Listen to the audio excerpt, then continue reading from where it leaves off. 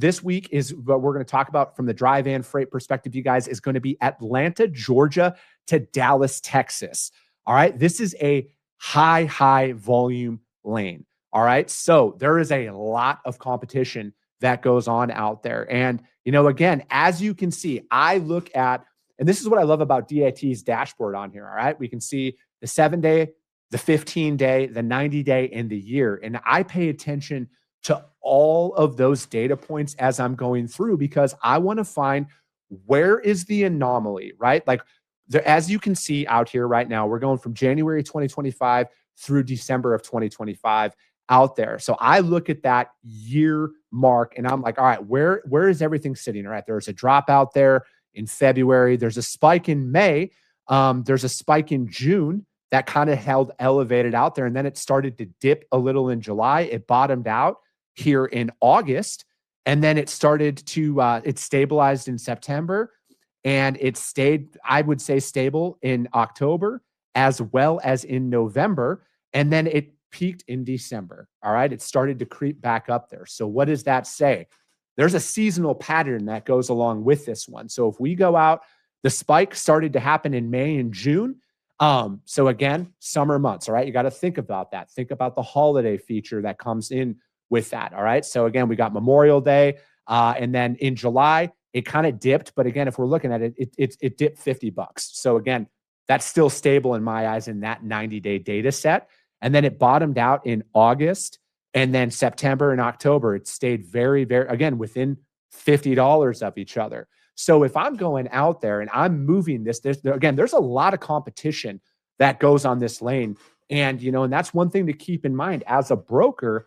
You're competing with large asset-based carriers who might just be repositioning their trailers for whatever reason. There's a myriad of different things. But if we're looking for the stability point that comes on with this, it did not fluctuate. It looks like it did, because it jumped up to 1505 compared to 1340. So that's, $150 rate variance that we're seeing out there. So you might think like, oh my gosh, this lane jumps all over. I don't see anything outside of a couple of pockets that would show that there was a normal seasonal freight increase out there. So if I was going on, I would feel extremely confident in locking in a long-term price on this one. And especially, you guys, the more of the power lane, the more of the competition. And you have to keep that into consideration. And again, another data point that I look at when I'm bidding on freight is the mileage. Okay.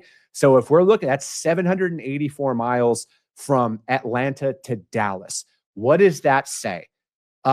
Those increases that you're going to see in rates are probably going to fall on a Friday to a Monday, because again, people like to burn miles over the weekend, right? They like to run. They want to get 1,500 miles in from a Friday to a Monday. They don't want half of that. So when you're going out there and you're reading these markets, you're going to see that if you're going to fall into that 800-mile gap there, Friday to Monday is going to be or Thursday to Monday is going to be exponentially more expensive than if it ships out Monday, Tuesday, Wednesday. So take that into consideration as you're bidding, whether it's short-term or long-term, and going out there and trying to find that. Because again, you guys, there's a lot more stability in this lane that even the data is showing out here, because you can pick out those spikes in the market and you can actually remove that from there, where it's like, again, you're not just going to make $1 bazillion on every single load that you move out there. I wish that was the case, but it's not.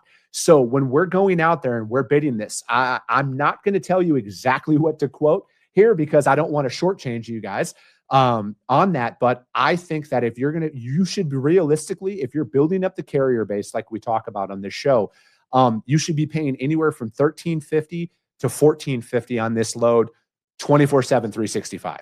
That's what you should be doing based on this. And this is how I would approach it. Now, going into this year, it could be unique in how long you want to go in and potentially lock in any freight from your customers. But again, the way that the market's going to shift, you guys, and this is just not what's talked about at all out there.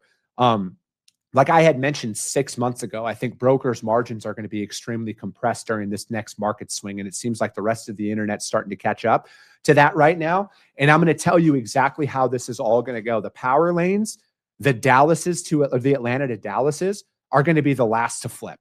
All right. Because again, there is so much large asset competition on this. I would probably argue till I'm blue in the face that this lane, Atlanta to Dallas, will be one of the last ones to flip. It goes out from the more rural areas, and then it concentrates and rolls up into the major metropolitan areas on how the market is going to shift, right? So if you're out in those secondary markets, like 70 miles south of Atlanta and like the Macon, Georgias and stuff like that, you'll see that market shift before you'll see Atlanta shift. So pay attention to that stuff out there, you guys. And again, if you want those lanes submitted, I'm going to break this down and I'm going to show you exactly how I assess all of the freight that I bid out. All right.